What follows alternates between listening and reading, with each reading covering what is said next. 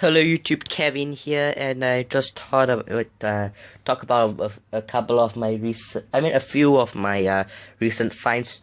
Most of which, two of which are from cash converters, and actually one of them is from eBay. No, actually, two of them is on eBay, and two from cash converters. Here's the first one from cash converters. For $39, I got a Dell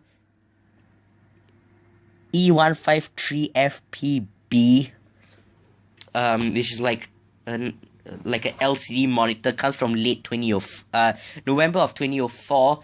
In contrast to that, I believe my HP E1505 was made in November of 2003, and also complete with a broken front buttons. But as far as I know, the only broken front button is the power button, which is like so worn out that basically the front plastic has kind of broken inwards, but the button still clicks and still works. Many buttons are unhurt, fortunately, so they probably didn't tinker around with the menu that much. And also, taking off this stand here, it appears that this monitor is in fact wall mountable. Looks like it does have VESA mounts. However, the stand that comes with this monitor, to make it easier to install or remove the stand, not only did they put little metal teeth at the top of the stand, as you can see, they also moved the screws, put a lower two screws in a different place for the stand.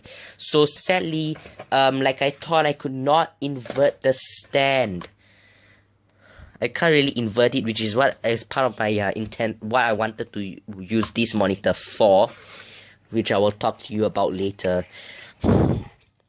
It's pretty basic actually, it just has built-in power supply and VGA, that's all.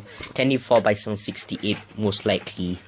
And also the part of like the wire holder at the back, part of it actually broke while this monitor was in the bag on I was bringing this on the way home, so that part kind of broke. But of course, I'll probably find another way to mount the wire. I think I might want to just remove this tape, but I think I might probably remove this tape later on.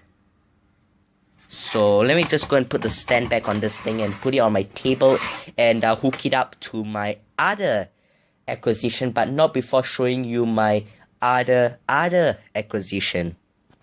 Okay, anyway, so here's my other acquisition. It is this Aerogas fan. Aerogas is like one of those off brands here in Singapore, and they already gotten this is their old logo. And this is like a little personal fan, and this one that I got is missing one of the rubber pieces on this side, but on this side it still has it. And also this non-earth plug, and it's only one speed, so let's plug that in. And anyway, so I'm going to start this up here.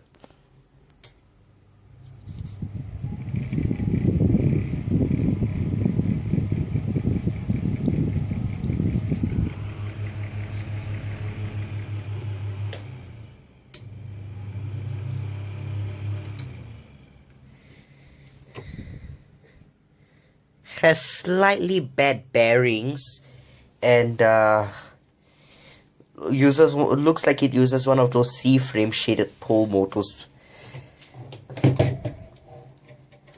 And yep, that's pretty much it. It's just a fan, what you would expect. There's probably like a 6-inch blade inside here, and pretty looks nice. There's actually a different Aerogas like personal fan. No, that was made by Iona. It was like maybe like 8-inch blade, but it was one of those like thin blades, 3-blade fans. Well, I think that was actually a 2-speed fan. Good thing I did not actually get that. I got this instead, because it looks like it has better blades on here. And plus, since this is a single speed fan, I am actually anyways not really gonna touch the speed control for what I'm gonna use this for, which I'll explain later. I did pick up this, okay, here's my other, here's the next acquisition. I did pick up this Q1 Ultra, and wasn't in the best of shape when I got it. It had a cracked screen and a missing power connector. Dad, I'm not hungry, I have no appetite. I know, Dad, I know. Yeah, Dad, I know.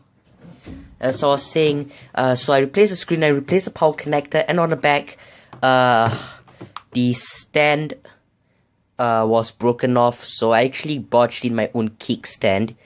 When I got this, it was pretty much just the system and the battery.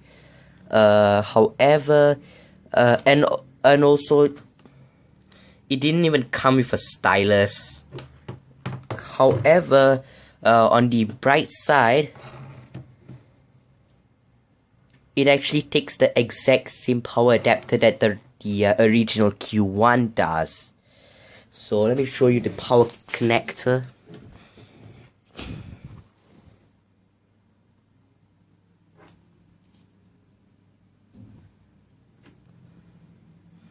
Don't have enough hands to touch the screen to focus, but kind of get the idea, I guess. Anyways, when I got this, I actually had, also it also has a chip up there in the corner. Don't know if you can see it or not, but yeah, it has some plastic chipped off there while I was repairing it. And anyways, as I was saying, actually there was one in better condition on eBay as well, but people were actually outbidding me over there, so I decided to just give up and then just go ahead and get this one. And it was kind of a good thing that I actually got this, because when I plugged this in and booted it up, it actually had a copy of Windows XP that was not only corrupted, it would get to the desktop. I will not actually start any applications or anything. Probably infected by a virus. But anyways, besides that, that corrupted XP install actually had a lot of like adult content and explicit music. So it was a good thing that I actually formatted the hard drive, then I took it out and kept it away. Then I later put it into like an enclosure that I kind of picked up on eBay. So anyways, then I put my SSD that I had in my Q1, I put it here. And it did screw up the activation, but I decided to just use the DAS loader. And hold on. Yeah, DAS loader, and then I used Vista on here for a while, but I later decided to go and upgrade this thing to Windows 7 when I realized that Windows Vista does not have trim support. So yeah, this thing runs Windows 7. This thing does have the optional fingerprint sensor, which unlike my ThinkPad R52, this fingerprint sensor actually works, but when I wake it up from sleep, I have to actually wait for it to wake up first, then I can actually unlock it. Everything works as expected. Of course, I can't really get the dial keys button to work. Also because I never actually got the dial keys working on my original Q1.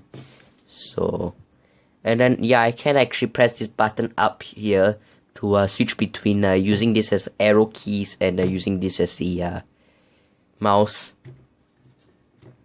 I would have gone further, but I want to save those blabbing for the for my upcoming Q1 extravaganza video if I ever have the time to do it. So anyways, I'm gonna with this monitor here, if I push, so anyways, with this monitor here, I kind of decided what I want to do with this. I decided that this along with the fan there, I thought I'm gonna save this for my upcoming workshop setup. And what I'm planning to do with this monitor here is to go ahead and like find a way to mount this in my workshop as a sort of a like a hanging display. Sure, I could it's just that I know I could have probably saved time and save money and get one of those like 8-inch monitors from China Vision or something. but it's just I don't feel like doing that, so I decided to get like the most low profile looking monitor that I could find, and it was this here. And anyways, I actually did test it at Cash Converters using one of their demo systems that they were also selling. So it did work, and this monitor, it came with this like white cord here connected to that plug on the left. It kind of looks like as though it could have came from maybe like a kitchen appliance, like a kettle or something. So I'm pretty sure that's definitely not the original. Came with this VGA cable that I'm pretty sure could be the original, since it has like a barcode tag to it. Hold on. Is it?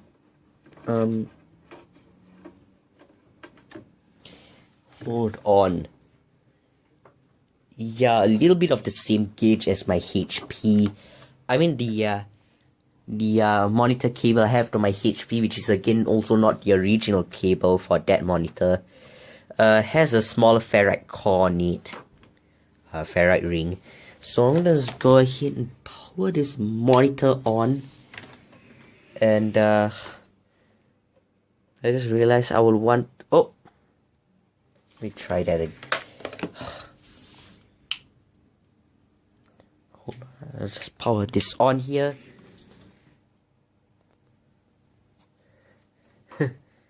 Display perfection, and yep, there is no signal. So as you can see here, the power button does work even though the part of like the plastic has pushed in. Of course, just like any other older monitor like this, I can't get into the menu without putting a signal into it first. So I'm gonna probably test this with a. I'm assuming that this connection is in fact grounded, because the plug is earthed.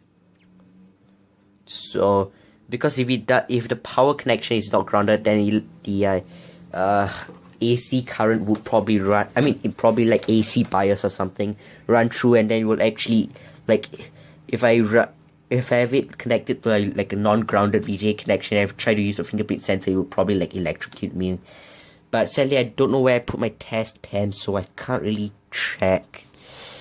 But I know that my HP F1503 doesn't have a grounded video connection because it has an external power supply. So I'm gonna actually flip down the port on here, which hides second USB, VGA, and Ethernet.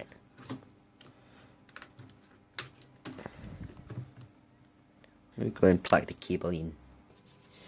Of course, when I have this monitor set up in my workshop, I'm probably gonna just have it maybe connected to one of like the computers I'm gonna use there. Of course, I'm pretty sure I'm gonna not have one main PC in the workshop, but probably multiple. So anyways, going back to this, I'm gonna put it up here. As far as I know, it will try to initialize on this main display first.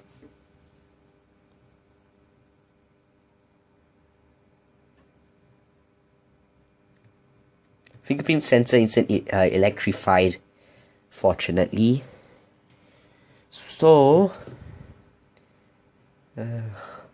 okay, yeah. I think I did do a full shutdown previously, and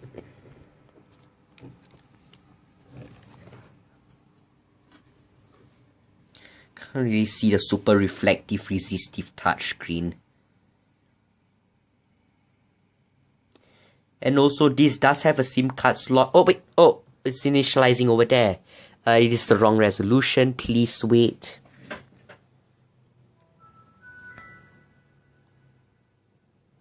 Okay, it is ready, but I have to wait for the fingerprint sensor to initialize there. So,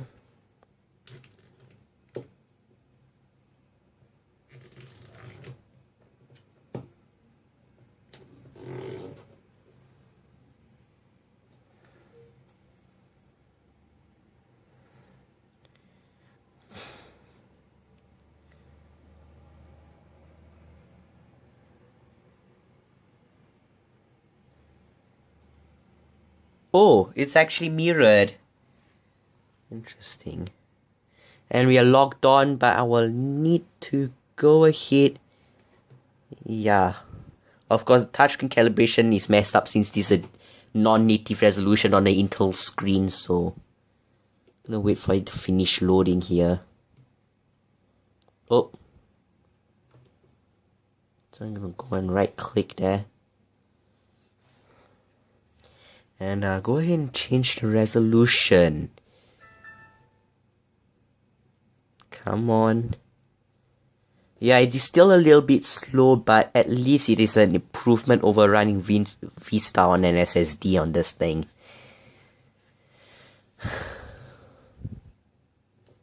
I think I'll just pause this video and come back once I change the resolution. And we'll just push the kickstand back. So yeah, this monitor does work. So let's start play with the menus on this thing. Menu minus and plus should be easy. We have exit, positioning, image settings, color settings, OSD settings, language and factory reset. I think.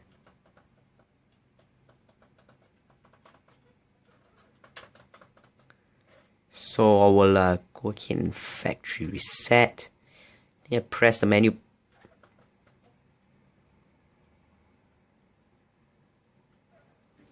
Okay, the image is much more fuzzy. The image is much better now. I think I probably wouldn't need to tune the settings. Oh yeah, the touchscreen still works, but of course I can't really see when I'm tapping. So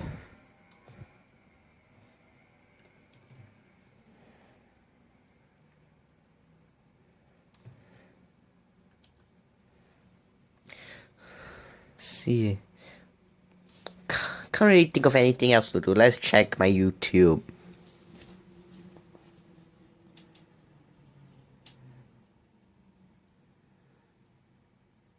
Yes, I am in fact using Pale Moon as the web browser on here. Of course, I do also have IE, which I...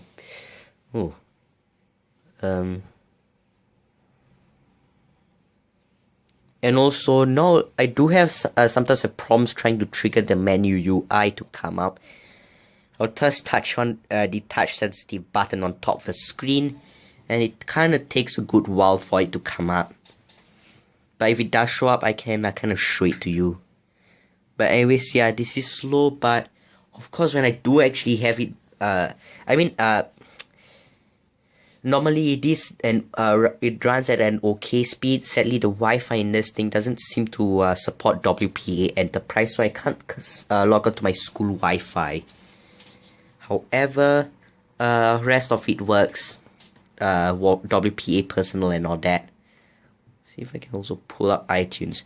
No Windows key on the keyboard as far as I know, so I can't really press like Windows 1, 2 or 3 or whatever to do stuff.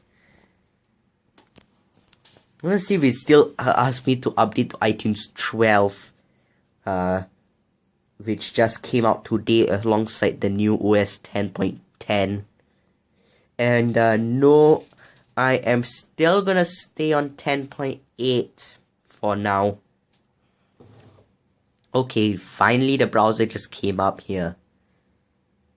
But yeah, typical for what you expect. I think I'm gonna actually turn the brightness down on here. See positioning. Yeah, I can change the positioning, but that I'm okay with that. Image settings, pixel cock and face. Color settings, what's that?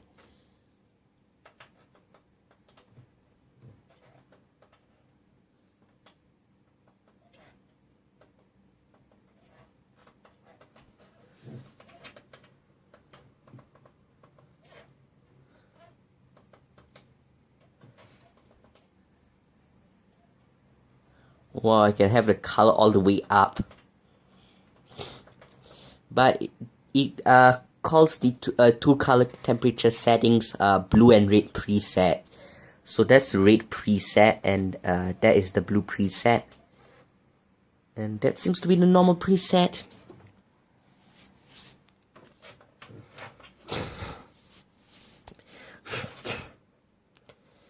I think I will change the color settings later, and language we have all of that, but don't really need to bother with that. Okay, yeah, it did actually ask me to download iTunes 12. Although as of this moment, I think I'm gonna probably stick with iTunes 11. I mean, that's just how I feel. That's just how I feel. Ooh. But anyways, I have the browser up here. Go to my YouTube.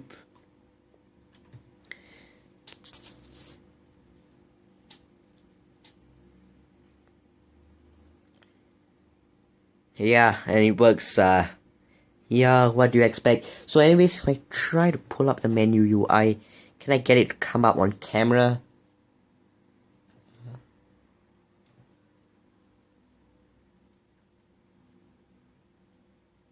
Oh! Okay. I almost saw it coming up there.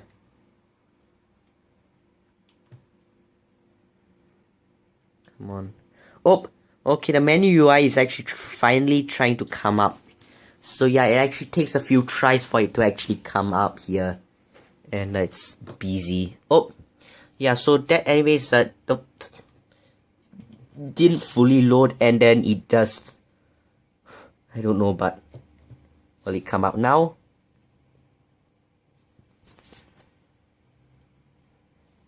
Come on.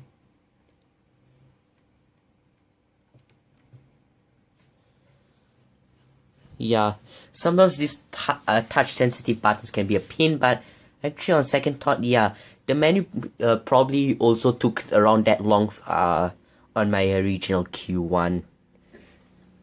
But anyways, yeah, you did see the menu just come up for a little bit, and then oh, okay, there it is. So of course buttons are sized to be touch friendly, and I can do stuff like change the brightness, change the mirroring, access the battery. I believe for the screen settings, it actually accesses the Intel drivers, and then battery accesses easy battery manager. So I think I can click that. LCD. Yeah, it thinks it's on the Intel LCD.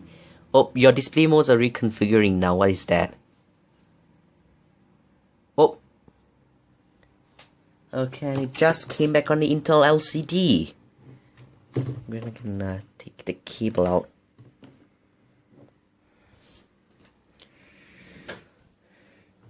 Put that on the, close the port cover. I'm going to go ahead and power down this monitor now. And I will keep this away later. Haven't decided whether I want to sell one of my two VS17s that I have. Of course, I'm most likely gonna want to keep the Fujitsu monitor, since that's probably one of my best monitors, even though its video connection may not be grounded. And yeah. So okay, yeah, I already talked to you about. I already talked about it. But anyways, yep, that's it for my finds. Thanks. This is Kevin signing off. Thanks for watching.